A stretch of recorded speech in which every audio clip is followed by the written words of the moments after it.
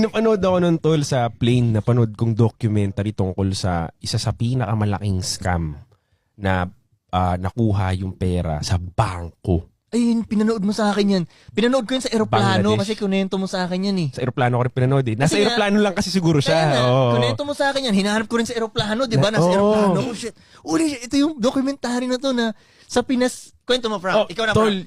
yung Basa. yung kwento nung sobrang laking bank heist to. Sobrang laking bank heist. Na ang akala ko, taga Bangladesh, yung tumirada. Alam ko na yan. Yun Bangladesh pala,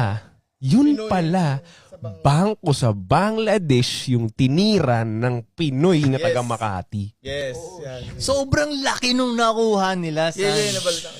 Sobrang laki. Sobrang Kaso, laki, unbelievable. nagkamali ng spelling yun, di ba? Pinoy na Lumabas Pinoy yung yung pagka-Pinoy. mistake. Oo. Yung spelling